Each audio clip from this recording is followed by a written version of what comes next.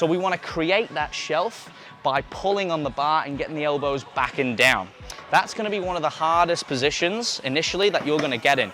Now, if you don't have the mobility to do this, you can open that up a little bit on the bar, or again, you can start by going back to the goblet squat, or you can even start to do things with dumbbells, multiple, or even just holding the bar there and doing exercises for mobility around the shoulder and the elbow over time. Most of you will be able to do it initially. It's just going to take some time, some graded exposure before you increase that range of motion. So it might be a little bit uncomfortable at first, but as long as it's not dramatically painful, or once again you're loading the spine.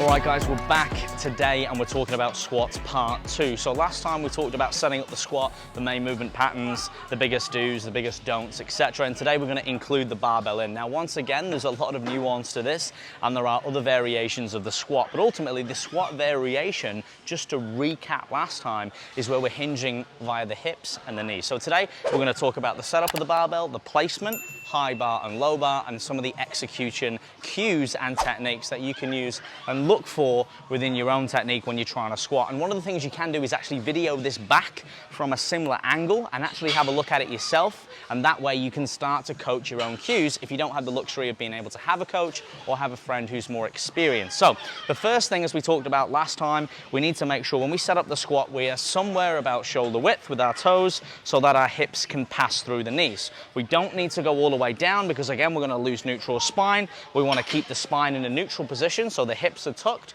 the rib cage is over the pelvis, the chin is slightly down, so when we come down into the squat position we're not kinking it, especially now we're going to add the barbell back in. So that's just a recap. Go back and watch that. It's on my highlights at the top of my story, but let's get into the barbell. So the first thing that we need to consider is the height. Now I am not the tallest of people, so I've got this quite low. Most people, when they set up the barbell, it's too high, and you'll see, and you might do this yourself, you're sort of trying to lift it on at the end. Now apart from the obvious, that can go wrong very fast with instability, and if you do miss that rack and you've got some weight on the bar, or even if you don't, it can go wrong and you can cause an injury. Not to mention, if you don't have the clips on, people around you might even get injured as well. So make sure that you set it mid to high chest, okay? That way you're going to be able to unrack it in the tallest position, which we'll talk about, and you're going to maintain a safe position. Now, when we place the barbell on our back, we want to make sure we place it up high on the traps if we're doing high bar. If we're doing low bar, as it suggests, it's a little bit lower down on the rear delts. Now this is going to come down to individuality in terms of mobility, but also as well, people are slightly different in their genetics in terms of you might have it slightly higher on the traps or lower. Some people look like they're doing a hybrid and in between high and low bar, but ultimately never place it high on the back of the neck, on the bone towards C5 and C7. Do never sit it on that bone or on that part of the spine, because again you're directly loading it, and that again is going to be very, very dangerous for the cervical part and it can cause injury, trap nerves, etc. So make sure you're safe. So we want to create that shelf by pulling on the bar and getting the elbows back and down. That's going to be one of the hardest positions initially that you're going to get in.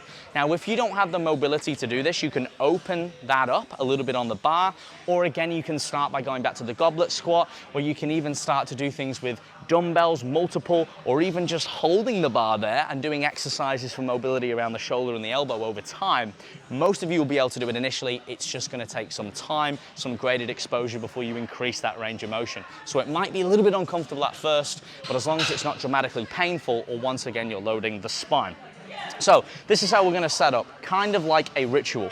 We're going to start by approaching the bar, hands shoulder width. We're going to approach the bar and have our chest on it. Feet are parallel, so I'm at the tallest that I can be. I don't want to be too wide, and I don't want to be too close. I want to make sure I'm parallel. From this position, I'm going to duck under the bar and find it high on my traps. I'm going to make sure as well that my wrists are not bent forwards or backwards. I'm going to make sure that I'm in the position where, again, I'm finding that high trap, because I'm going to do a high bar demonstration first, and then I'm almost going to make sure that I'm under it and I'm going to leg press it off. I don't want to be in front and I don't want to be too far back. From this position, I'm going to stand up straight. Now I'm going to take half a step back so the toe comes to the heel. Either foot's fine. Half a step back, half a step wider, half a step wider into my squat stance. Notice I've not stepped halfway across the room.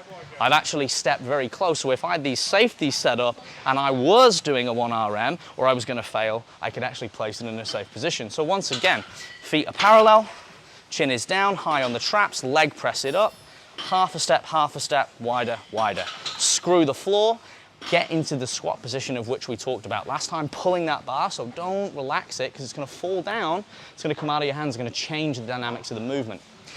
You also don't need a pad on the top of the bar, guys. That changes the dynamics as well. Keep it high on the traps. Use a t-shirt. You don't need anything that changes the position of the barbell, i.e. a big towel or a pad. We're gonna pull this down. We're gonna again keep the hips under the rib cage. We're gonna make sure again we're not arched or in an extended position, and we don't wanna be rounded either. The chin is slightly down. Once we are in position, we're gonna create that intra-abdominal pressure. We're gonna inhale into the abdomen. And then we're gonna think about driving through the heels, and we're gonna break at the hips and knees. So we're gonna come down to parallel, back up. If I come too low, once again, I'm gonna lose it, right? So I'm controlling, powering through the heels, power. Exhale, inhale, reset. Exhale, inhale. Hips, knees, power. Hips, knees, power.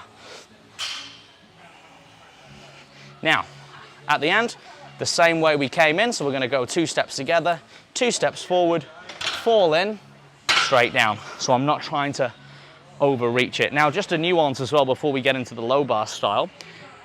If you've got really long femurs versus tibias, the cue might slightly be different. It might be to break slightly at the knees first. So it's not always a one size fits all. It really depends on your biomechanics. And again, there are some people out there that squatting just doesn't feel good.